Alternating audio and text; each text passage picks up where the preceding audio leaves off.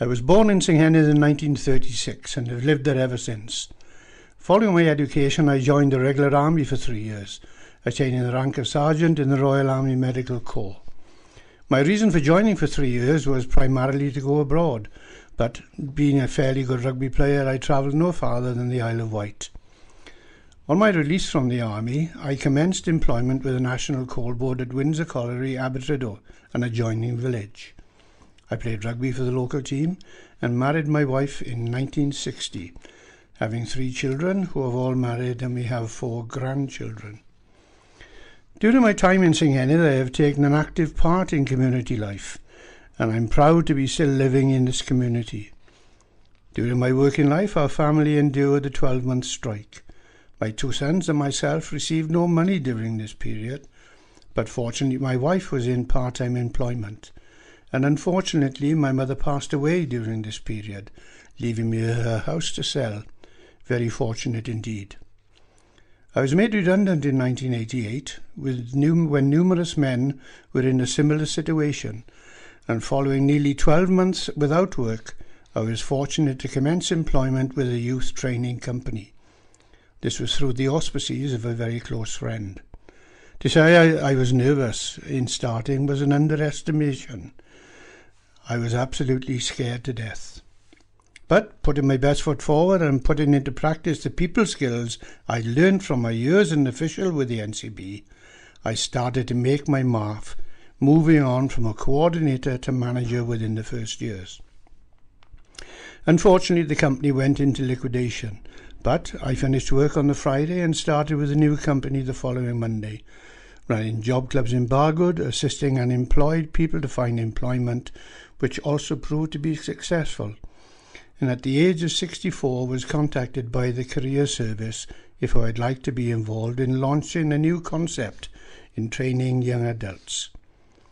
I worked with this company until I was 72 and enjoyed every minute of my working career after leaving the NCB.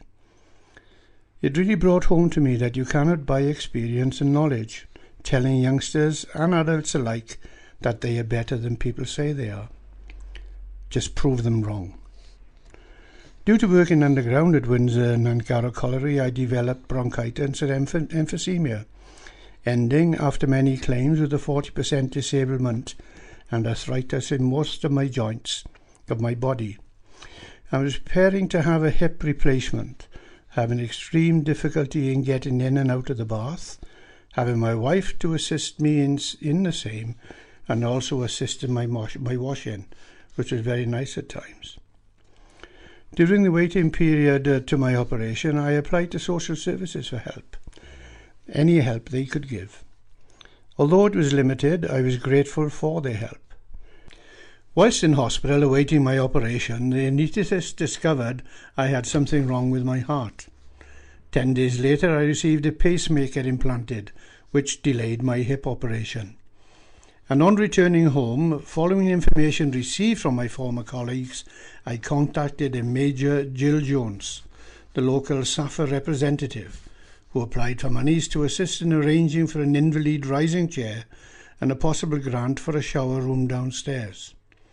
She also mentioned that Caerphilly Care and Repair Service may be able to help. I contacted the service, and within a few days 2 charming representatives, Mrs. Jane Howells and Mrs. Kerry George, arrived and gave my wife and I what was available, and we filled in numerous forms for possible financial assistance. As we both expected, no financial assistance was available to us, but this did not deter them from furthering my claim with other organisations, together with Major Jones. After a long drawn-out process, the chair arrived from donations from my former Army Corps, the RAMC, and through Major Jones's continued harassment of the funding organisations, an amount was made available for the shower unit to be installed, and eventually the shower room was completed, due to joint assistance and persistence from both parties, assisting with the selection of the builder and assisting with a grant from British Legion.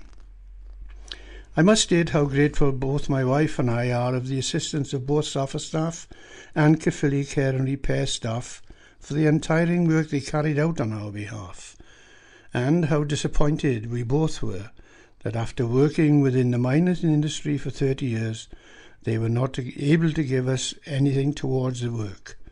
But that's life, innit?